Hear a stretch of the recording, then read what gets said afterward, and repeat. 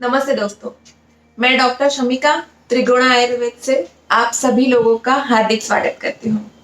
इस वीडियो में हम जानकारी लेंगे फंगल इन्फेक्शन, दांत, खाज, खुजली। इस नाम से ये काफी फेमस है। खुजली, इसका प्रधान लक्षण जो है खुजली, इंटेंस इचिंग। पेशेंट को इतना इचिंग होता है कि वो सो नहीं पाता है, दिन भर उसको कुछ सूझता नहीं है।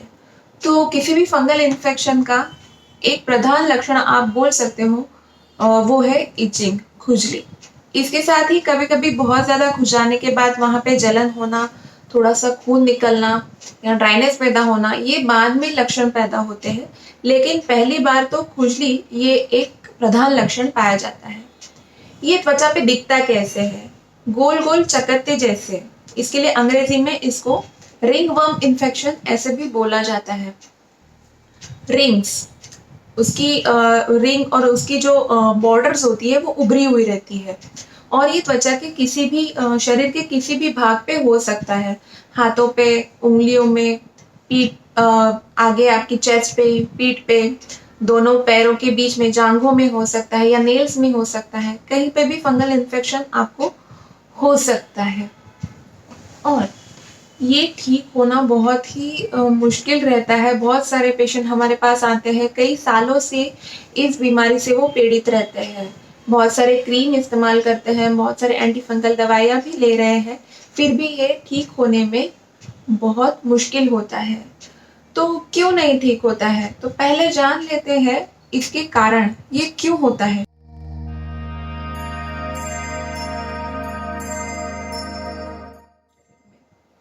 ये किन लोगों में आमतौर पे पाया जाता है? जिन लोगों की बॉडी में वाटर कंटेंट, मॉइस्चर या नमी बहुत ज़्यादा है, उन्हीं लोगों में ये होता है।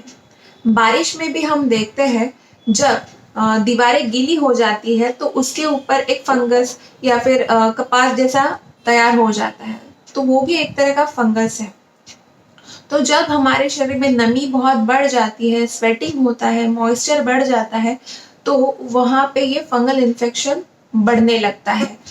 ऐसी कंडीशन में वो जांघों के बीच में या फिर यहाँ पे बाहों के बीच में, जहाँ पे आपके स्किन फोल्ड्स है, वहाँ पे वो पाया जाता है।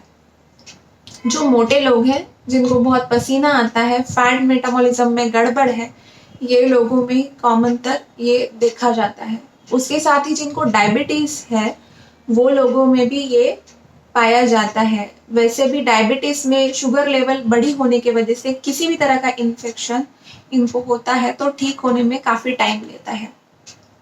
जिन लोगों की इम्यूनिटी कम है, वो लोगों में भी ये फंगल इन्फेक्शन कॉमनली देखा जाता है। तो जो लोग कुछ इम्यूनोसप्रेसेंट ड्रग ले रहे हैं, जैसे ऑटो इम्यून डिसऑर्डर्स है, रूमेटॉइड आर्थराइटिस है, सोराइसिस है, जिनमें इम्यूनोसप्रेसेंट ड्रग्स दिए जाते हैं, जैसे स्टीरॉइड है, तो वो लोगों की इम्यूनिटी दब जाती है, वो लोगों में। और उसके साथ ही किसी बड़ी बीमारी की वजह से या फिर माल नरिशमेंट की वजह से जिन लोगों की इम्यूनिटी कम हो गई है, वो लोगों में भी ये फंगल इन्फेक्शन देखा जाता है। तो आपको पहले देखना पड़ेगा कि आप में कौन-सा कारण है।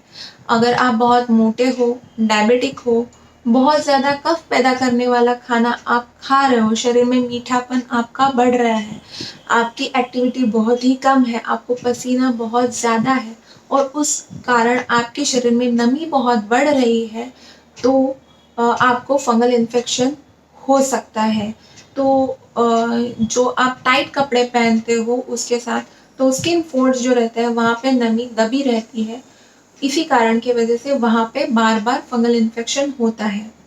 अगर आपको कोई बड़ी बीमारी हो गई जिस वजह से आपकी इम्यूनिटी कम है, आपकी शरीर की डाइजेस्टिव फायर कम हो गई है, बहुत ज़्यादा भूख नहीं लग रही है, तो भी आपको फंगल इन्फेक्शन हो सकता है। और आपके खाने में ही न्यूट्रिशन नहीं है, आप बहुत ही कम खाना खा रहे हो, भले ही आपको कम भूख लग रही है या फिर बहुत सारे जो निचले वर्ग के लोग हैं जिनको वैसे भी खाना अच्छे से नहीं मिल रहा है, वो लोगों में भी फंगल इन्फेक्शन कॉमनली पाया जाता है। इसके साथ ही जो साफ-सफाई नहीं रखते हैं, अगर आपको पसीना बहुत ज़्यादा आ रहा है, बहुत ज़्यादा नमी पैदा हो रही है, तो आपको चाहिए कि आप 1 से 2 बार कपड़े बदलें। या बारिश में भीग के आए हैं, कपड़े गीले हो गए, फिर भी वही गीले कपड़े आप पहन रहे हो, पूरा दिन भर चला रहे हो, तो भी आपको फंगल इन्फेक्शन होने के बहुत ज़्यादा चांसेस हैं। तो सबसे बड़ी बात जो परहेज़ हम बोलते हैं, अगर आपको किसी भी तरह का फंगल इन्फेक्शन है, तो आपको बहुत ज़्यादा साफ-सुथरापन बरतना पड़ेगा। आपको कपड़े बार-बार बदलने पड़ेंगे। आपको गीले नहीं, सूखे कपड़े आपको पहनने चाहिए। उसके साथ ही आपको आपका खान-पान देखना पड़ेगा। आप अगर लगातार कफ बढ़ाने वाला खाना खा रहे हो, जिसमें स्पेशली डेयरी प्रोडक्ट्स आते हैं, दूध है, दही है, बटर, चीज़, पनीर, मीठे पदार्थ, मिठाइयाँ हैं जिसमें शुगर बहुत ज़्यादा है, ऐसे सारे पदार्थ आप खा रहे हो, आपकी कुछ भी एक्टिविटी नहीं है, आप ज़्यादा मोटे हो, आपको डायबिटीज़ है, ऐसी सारी कंडीशन में बॉडी में बहुत ज़्यादा कफ बढ़ जाता है, मीठापन बढ़ जाता है और उस वजह से आप कितने भी एंटी फंगल या फिर फंगस को मारने वाली दवाइयाँ, भले वो आयुर्वेदिक है, होम्योपैथिक है, आप ले रहे हो तो भी आपको रिजल्ट नहीं मिलेगा क्योंकि हमें ये कारण की चिकित्सा करनी बहुत ज़रूरी है। तो कफ कम करने वाला खान-पान हमारा होना ही चाहिए।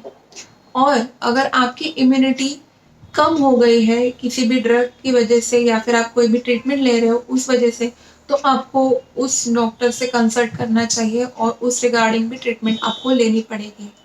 और तीसरी बात, अगर आपका खाना ही बहुत कम है या फिर जो भी आप खाना खा रहे हो इस वजह से आपको पोषण नहीं मिल रहा है, आपको बराबर से भूख नहीं लग रही है, कोई बड़ी बीमारी आपको होके गई है, उस वजह से आपकी इम्यूनिटी कम हो गई है, तो आपको वो समय इम्यूनिटी बढ़ाने वाले जो हर्ब्स है या फिर मेडिसिन्स है, वो ही आपको लेने पड़ेंगे, तो ही जाके आपका फंगल इन्फेक्शन ठीक होगा।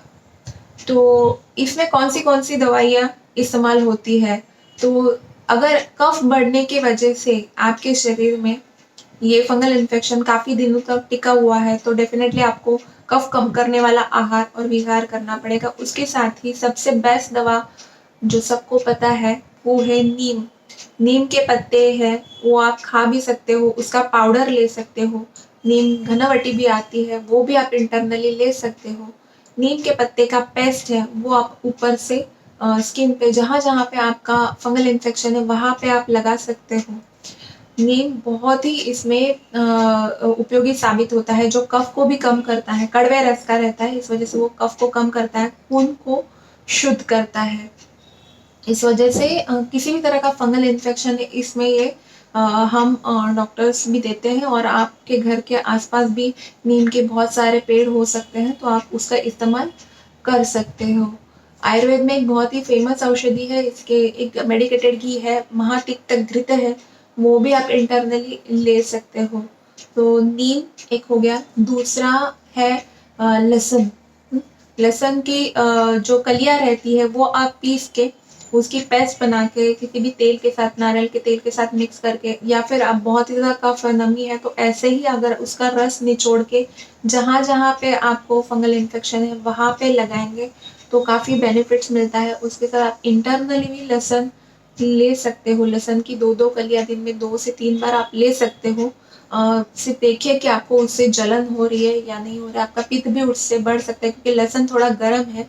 लहसुन में जो सल्फर रहता है वो बहुत सारे स्किन डिसीज़, मतलब लगभग सारी स्किन डिसीज़ में सल्फर या गंधक हम बोलते हैं संस्कृत में, उसका इस्तेमाल होता है। तो वो skin infection specially fungal infection है उसमें ठीक करना है। अगर आपकी पित्त प्रकृति है, आप उसके साथ आपको जलन हो रही है, आपको एसिड की तकलीफ है तो लहसुन का इस्तेमाल मत कीजिए, लेकिन ऐसी कोई बात नहीं है तो आप बेझिझक होके लहसुन का इस्तेमाल कर सकते हैं। उसके साथ ही हल्दी, स्किन एंड एलर्जी सारे डिसीजेज़ में हल्दी का प्रयोग काफ़ी उपयोगी साबित हुआ है। वो एलर्जिक रिएक्शन जैसे इचिंग होना इसमें फंगल इन्फेक्शन में जो पाया जाता है, वो बहुत कम कर देता है। तो हल्दी का लेप भी आप उसके ऊपर लगा सकते हैं। इंटरनली भी आप हल्दी इस्तेमाल कर सकते हो। और चौथी जो दवाई है वो है गोमूत्र। गोमूत्र भी कफ को कम करने के लिए सबसे बेस्ट माना गया है। अगर आपको ताज़ा गाय का मूत्र मिलता है, गोमूत्र मिलता है, तो आप इंटरनली भी वो इस्तेमाल कर सकते हो, या फिर बहुत सारी कंपनी गोमूत्र अर्क बनाती है, तो वो आप पानी में डाइल्यूट करके 2 या 3 बार दे सकते हो, या फिर गोमूत्र का आप किसी भी कॉटन में भिगो के उसके ऊपर आप जहाँ जहाँ पे आपको रिंगवर्म इन्फेक्शन है वहाँ पे भी आप लगा सकते हो। अगर आपकी किसी भी वजह से इम्यूनिटी कम हो गई है, आप अंडर नरिश्ड हो, माल नरिश्ड हो, तो पहले आपका डाइजेशन मतलब आपका अग्नि सुधारना पड़ेगा, आपकी भूख बढ़नी चाहिए, आपका नरिशमेंट पूरा होना चाहिए। तो आपको जिस भी चीज़ की कमी है, जो विटामिन्स है, वो पूरा खाने से ही मिलेगा और खाने के ऊपर ही आपकी इम्यूनिटी बढ़ेगी। तो पहले आपको ध्यान देना है कि आपका खान-पान कैसा है। आप जो खाना खा रहे हो उससे आपको पूरा पोषण मिल रहा है कि नहीं, वो आपको देखना पड़ेगा। उसके साथ ही इम्यूनिटी बढ़ाने के लिए सबसे बेस्ट जो दवा बोली गई है वो है गिलोय। गुड़वेल बोलते हैं उसको, गुड़ुचि बोलते हैं, अमृता भी उसका नाम है। ये कड़वे रस की है, फिर भी वो बॉडी को क्या बोलते हैं, नरिशमेंट ही देती है। रसायन बोली गई है, एक टॉनिक है। तो अगर आपको कोई बड़ी बीमारी होके गई है, बहुत बड़ा फीवर आके गया था, या कोविड के बाद भी आपको बहुत कमजोरी आ गई है, ये फंगल इन्फेक्शन जो है म्यूकोरमाइकोसिस अभी काफ़ी फेमस हो गया है, ब्लैक फंगस है, तो वो जो कोविड के बाद आपको जो इम्यूनिटी कम हो जाती है उसमें उस वजह से आपको हो सकता है। बहुत सारे डायबिटिक पेशेंट हैं, उनको भी पोस्ट कोविड ये इन्फेक्शन पाया जाता है, तो उन लोगों में गिलोय काफ़ी उपयोगी साबित हुआ है। उनकी इम्यूनिटी भी बढ़ाता है, कफ को भी कम करता है, कड़वे रस का है, फिर भी आपको कमजोरी नहीं दिलाता है। तो घी के साथ भी आप गिलोय का इस्तेमाल कर सकते हैं। संशमनी वटी इसका बहुत ही एक फेमस कल्प है, वो आप ले सकते हैं। और गुड़ुचि का एक बेल जैसी रहती है, उसके ताज़े पत्तों की सब्जी भी आप ले सकते हो। कहीं पे भी ये आसानी से मिल सकती है आपको, कोई भी हर्बल मेडिसिन या आयुर्वेदिक शॉप है, वहाँ पे जाके आप ले सकते हो। लेकिन आपको आपकी इम्यूनिटी बढ़ाने के ऊपर बहुत ज़्यादा जोर देना पड़ेगा। ये सारी दवाइयाँ जो मैंने बताई हैं, ये एक ये आप सभी रोगों में इस्तेमाल, जो त्वचा विकार है उसमें इस्तेमाल कर सकते हो। लेकिन बेटर है कि आप पहले आपकी प्रकृति जान लें और आपके नज़दीकी आयुर्वेदिक कंसल्टेंट के पास जाके कंसल्टिंग करवा लें। तो आपको स्पेसिफिक आपकी प्रकृति के हिसाब से कोई भी 1 या 2 ही दवाई आपको लेनी पड़ेगी और उससे आप जल्द से जल्द ठीक हो जाओगे। तो अगर आपको किसी भी तरह का फंगल इन्फेक्शन है आपको या फैमिली में किसी को भी है, तो उनके साथ ये वीडियो शेयर कीजिए, क्योंकि जब हम परहेज़ करेंगे, उसका कारण बंद करेंगे, उसके साथ कोई भी दवाई लेंगे, तो ही हम जल्द से जल्द ठीक हो सकते हैं। तो आप जान लो आपको फंगल इन्फेक्शन किस वजह से बार-बार हो रहा है। हाँ, कि अगर आप कफ वाला ज़्यादा आहार ले रहे हो या फिर आपकी इम्यूनिटी कम हो गई, उस वजह से आपको फंगल इन्फेक्शन हो रहा है। तो ये दोनों कारण बहुत ही अलग है और दोनों की ट्रीटमेंट भी बहुत ही अलग है। सबके लिए एक ही दवाई लेना ये उचित बात नहीं है।